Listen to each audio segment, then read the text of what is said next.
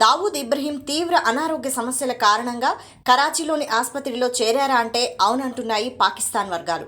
దావూద్ ఇబ్రహీం తీవ్ర అనారోగ్య సమస్యలతో పాకిస్తాన్లోని కరాచీలోని ఆసుపత్రిలో చేరినట్లు పాక్ వర్గాలు తెలిపాయి.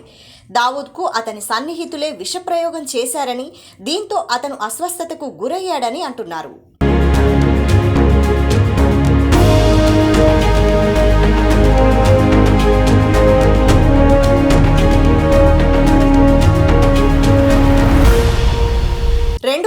దావూద్ కరాచీ నగరంలోని ఓ ఆసుపత్రిలో చికిత్స పొందుతున్నారని సమాచారం. 1993వ సంవత్సరంలో ముంబైలో జరిగిన పేలుళ్లలో దావూద్ కీలక పాత్ర పోషించాడని కేసు పెండింగ్లో ఉంది.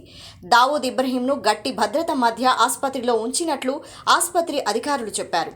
దావూద్ సన్నిహిత కుటుంబ సభ్యులు, ఆసుపత్రి వైద్యాధికారులకు మాత్రమే ఆసుపత్రిలోని అతని గదిలోకి ప్రవేశం కల్పించారు.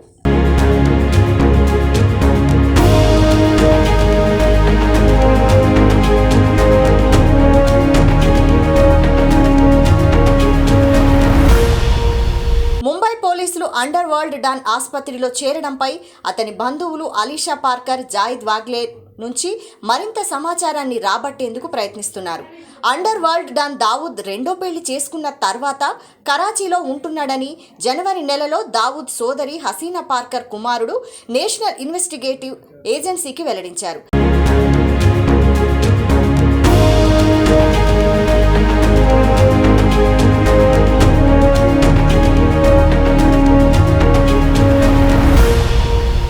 దావూద్ సహచరులు, మద్దతుదారులలో భయాందోళనలు, గందరగోళాన్ని సృష్టించడానికి దావూద్ ఆరోగ్యంపై భారతదేశం తప్పుడు పుకార్లను వ్యాప్తి చేసిందని వారు ఆరోపించారు.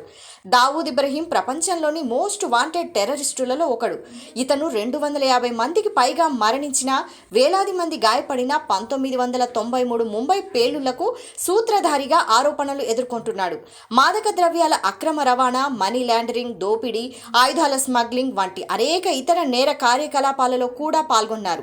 ఇతనికి పాక్ ఇంటెలిజెన్స్ ఏజెన్సీ ఐఎస్ఐ, ఉగ్రవాద సంస్థ లష్కరే తోయిబాతో సన్నిహిత సంబంధాలున్నట్లు సమాచారం.